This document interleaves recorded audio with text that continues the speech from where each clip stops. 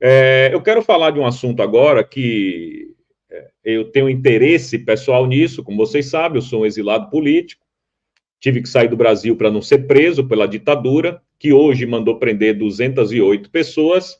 Mas antes eu gostaria de tratar aqui do assunto com vocês, do PL da anistia, né, que pode ser analisado ainda na CCJ nesse primeiro semestre.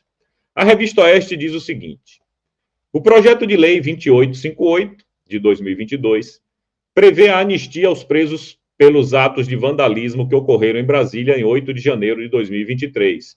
Pode ser analisado pela Comissão de Constituição e Justiça, CCJ, da Câmara dos Deputados, antes do primeiro semestre desse ano.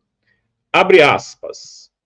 Acredito que com as eleições municipais se aproximando, o trabalho na Câmara vai ficar muito esparso e precisamos ter a concentração de todos aqui, disse a presidente do colegiado, deputada federal Caroline de Toni, a jornalistas.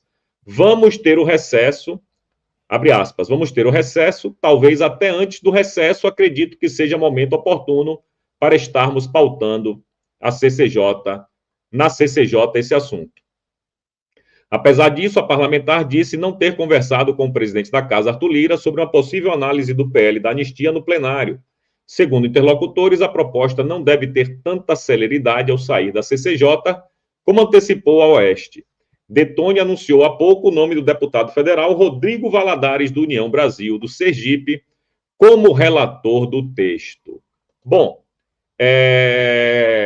começar agora com o doutor, então. É um assunto, doutor, importante, né, para a gente, como eu disse aí, para o Brasil virar essa página, né? A gente tem que dar essa anistia para todo mundo. Hoje foram presas duas senhoras, uma de 74 anos e a outra de 72 anos. Ou seja, aonde isso vai parar? E o importante é que já temos o relator, a CCJ está na mão do PL, né, está na mão da oposição, o relator é uma pessoa bastante equilibrada, é um cara que conhece o assunto a fundo, ele esteve na Papuda, ele visitou os presos. Então, eu queria ouvir o senhor a respeito disso aí. Realmente o relator é uma pessoa muito séria, colega, advogado. Então, realmente, a CCJ temos uma maioria de conservadores, em tese. Vai passar fácil pela CCJ, sim, antes do término do primeiro semestre. Isso vai para a gaveta, porque no segundo ninguém vota isso na plenária. Nós não teremos uma apuração, de desfecho, né? Não, esse ano não. Por quê? Temos festas juninas agora, as eleições são municipais, ninguém volta mais para julgar nada até o final do mês de outubro. Então, infelizmente, mas passando pela CCJ, né, a viabilidade é viável. Aguardar aí algo que só tem uma coisa que eu acho que interferirá nesse meu prognóstico. São os movimentos populares. Dia 9 agora, lá em Santa Catarina. Então, se o barulho for muito alto, então, até para se garantir nas eleições municipais, talvez o Congresso se movimente para julgar pelo menos antes das eleições. Pelo menos. Perfeito. PH, esse processo da anistia havia sido praticamente enterrado na CCJ pelo PSOL. E agora ele foi resgatado pela nossa querida deputada Carolina de Toni, e pelo menos na CCJ ele vai passar tranquilamente, porque o relator, como eu disse, conhece profundamente o tema, foi na Papuda, ele é um advogado, ele é um cara interessado nisso aí. Você acha que já está na hora de passar, de virar essa página, cara?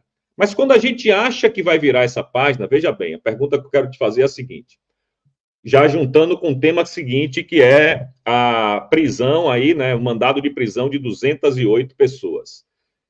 Você acha que essa resposta do ministro Alexandre de Moraes de mandar prender 208 pessoas hoje é uma resposta mesmo para essa galera da CCJ, para dizer, olha, quem manda aqui sou eu, não tem negócio de anistia?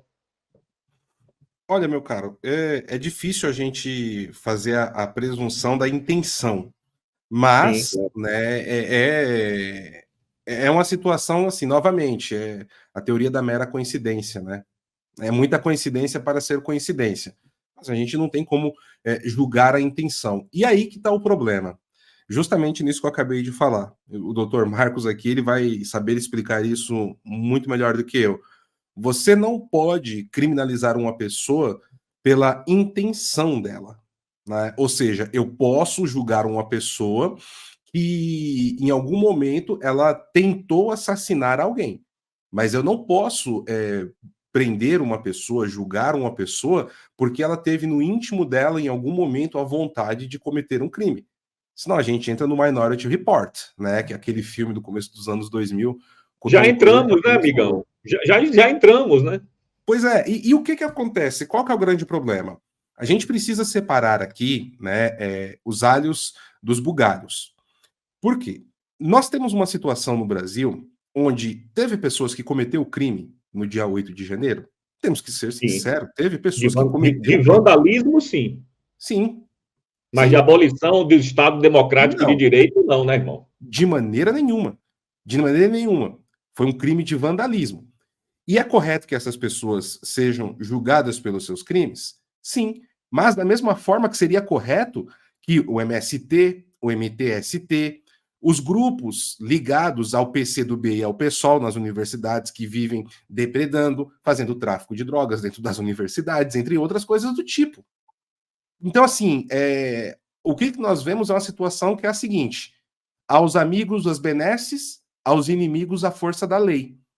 E aí a gente vai chegar, por exemplo, em uma das teses de ninguém mais, ninguém menos que Karl Marx, que você, para poder transformar o Estado em um titã, em uma força onipresente que substitua o papel de Deus na sociedade, você precisa criar um volume de leis tão grande e de regras que qualquer pessoa ela está infringindo alguma lei em qualquer situação. E quando necessário você implementar uma perseguição ou fazer um expurgo, é só você aplicar a lei aos seus inimigos políticos. Só que isso tem uma camada ainda mais profunda e que preocupa, meus caros. Por quê?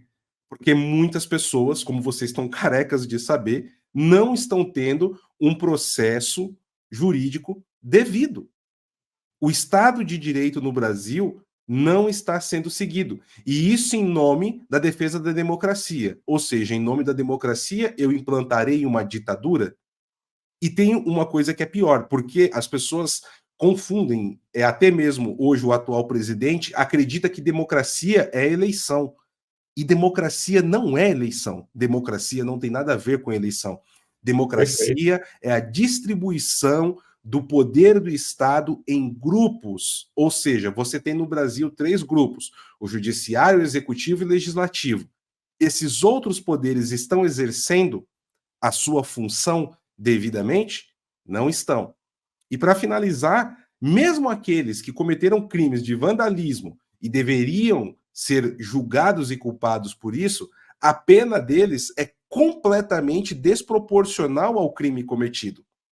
Nós temos assassinos, estupradores, pessoas que cometeram crimes hediondos que não têm uma pena e não ficam aprisionados esse período. Então, o que está se Sem fazendo é um contar o estupro foro, né? político. Sem contar o foro, PH. Sem contar o foro. Exatamente. O STF não tem a competência para julgar esse tipo de caso. Ele é a última instância em recursos, não a primeira. Ainda mais num fato que, assim, aí eu vou recorrer à ficção novamente. Parece que nós estamos vivendo em Mega City, do juiz Dredd. Que o juiz Dredd, ele ia às ruas, ele era o policial, ele prendia, ele dava a sentença e executava. Nosso judiciário funciona como Mega City? Eu acho que isso não está na nossa Constituição, né?